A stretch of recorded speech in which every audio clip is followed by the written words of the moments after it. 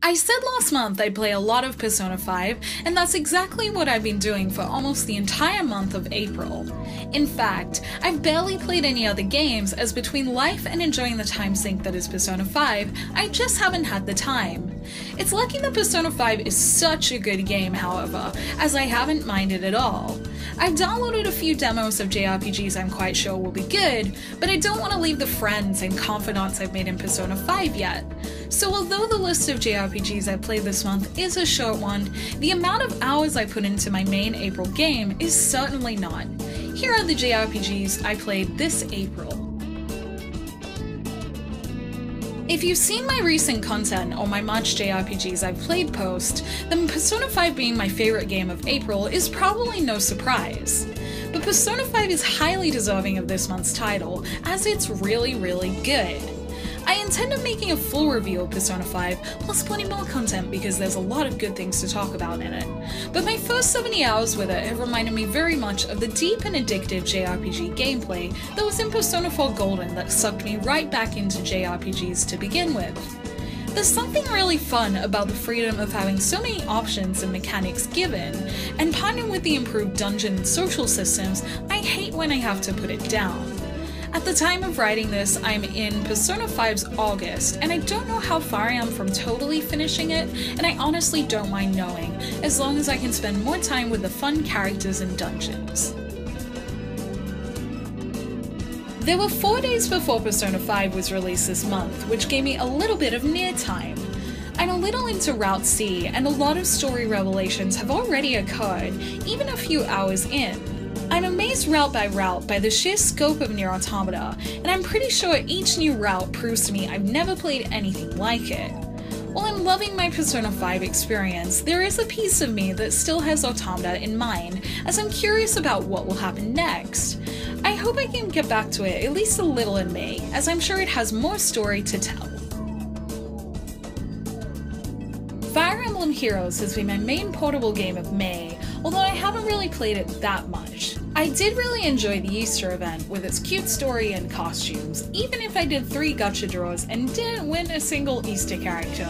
Every time I log into it recently, there are a lot of orbs and gifts waiting for me, which would be nice for gacha draws, although I think I'll be stockpiling them until they do a character draw for a Fire Emblem character I know better. I do think Persona 5 and Nier have put me into more of a console game mood recently, but Fire Emblem Heroes is still enjoyable if I have nothing else on me to JRPG with. I only played Persona 2 once this month for a couple of hours, but after playing the newer Persona game, it did become interesting to me in a few different ways. I'm gonna do a full post about this, but there are a few small elements such as demon negotiation in Persona 5 that seem inspired by Persona 2, which was cool to see on the go. I'm fairly sure I still have a lot of Persona 2 to get through at 15 hours in, and I hope the story amps it up a bit as I slowly continue my way through it. May's an interesting month to think about right now, as I don't know if I'll have fully finished Persona 5 by the 1st of May. I was really interested in the Caligula effect for its interesting aesthetic, but it releases on May 2nd, so I'm not sure if I'm going to be done in time for its launch. I may wait and let the price go down. This leaves me with the options of Fire Emblem Echoes or Summon Night 6, where I think I'm personally more interested in Fire Emblem.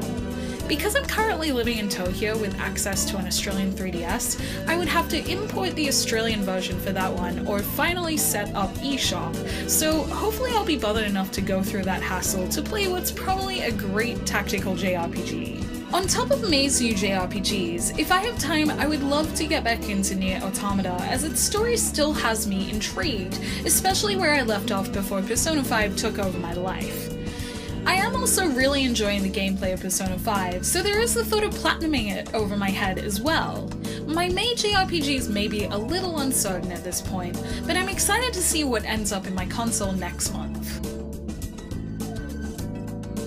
Thank thank you for watching my video. Feel free to comment below and let me know what JRPGs you played in April, and if you're playing Persona 5, let me know how far are you.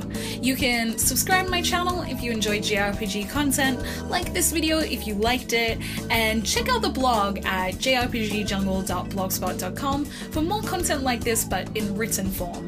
You can find me on Twitter, Facebook, and Instagram, all at JRPG Jungle, and until next time, bye!